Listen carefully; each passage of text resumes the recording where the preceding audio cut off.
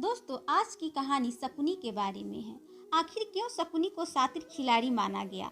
महाभारत काल में भी सबसे चालबाज किरदारों में सर्वप्रथम नाम मामा शकुनी का ही आता है। मामा शकुनी ने ही इस महायुद्ध के बीज को बोए थे। लेकिन महाभारत के इतने विशेष पात्र के विषय में जानकारी बहुत सीमित है। मामा शकुनी इतने क्रूर क्यों थे, चलिए जानते हैं।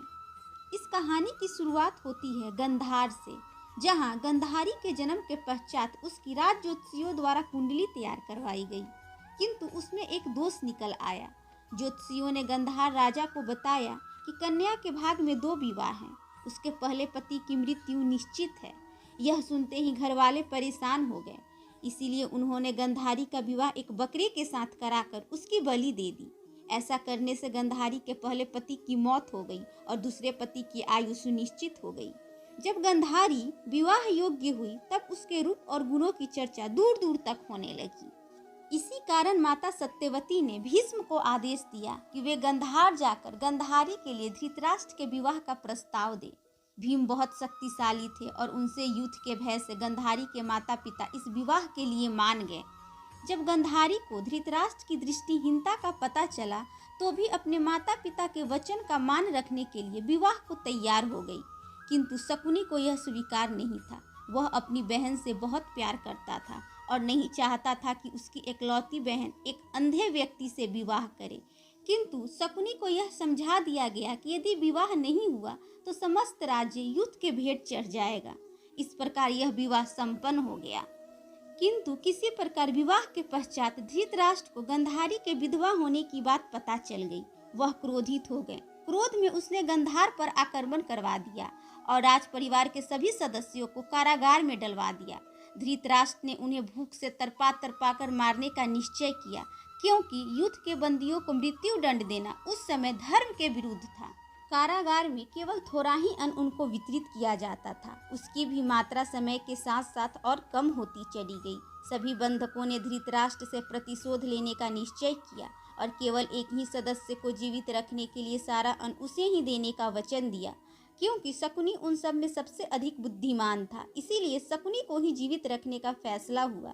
धीरे धीरे सभी बंधक मरते गए और देखते ही देखते शकुनी के सामने उसका सारा परिवार समाप्त हो गया। अपने अंतिम क्षणों में शकुनी के पिता ने उसे कहा कि उसकी मौत के पश्चात उनकी अस्थियों की राख से वह एक पासे का निर्माण करे। यह पासा सिर्फ शकुनी के कहे अनुसार काम करेगा और इसकी सहायता से वह कुरु वंश का विनाश कर पाएगा।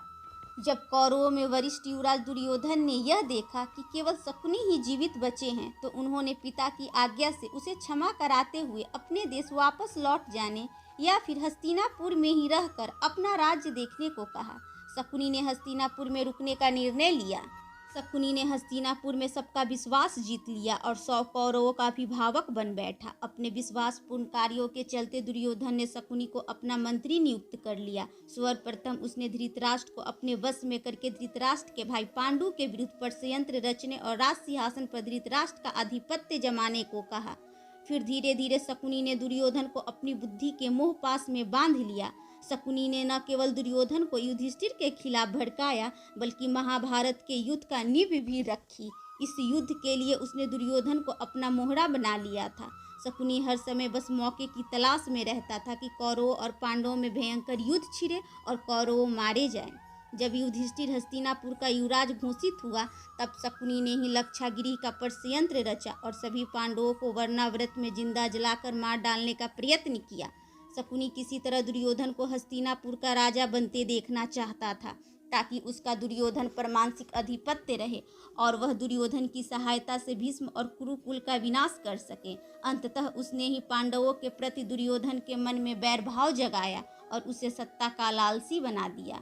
खेल का आयोजन, द्रौपदी का अपमान, पांडवों का वनवास तथा अज्ञातवास आदि जैसे कितने ही षड्यंत्र मामा शकुनी ने पांडवों और कौरवों के बीच युद्ध के दृष्टि से रचे। अंततः युद्ध में कौरवों के वंश का नाश हो गया और साथ ही शकुनी भी सहदेव के हाथों मारा गया। इस तरह से शकुनी ने अपने पूरे परिवार की मौत का बदला कौरव वंश का अंत करके लिया।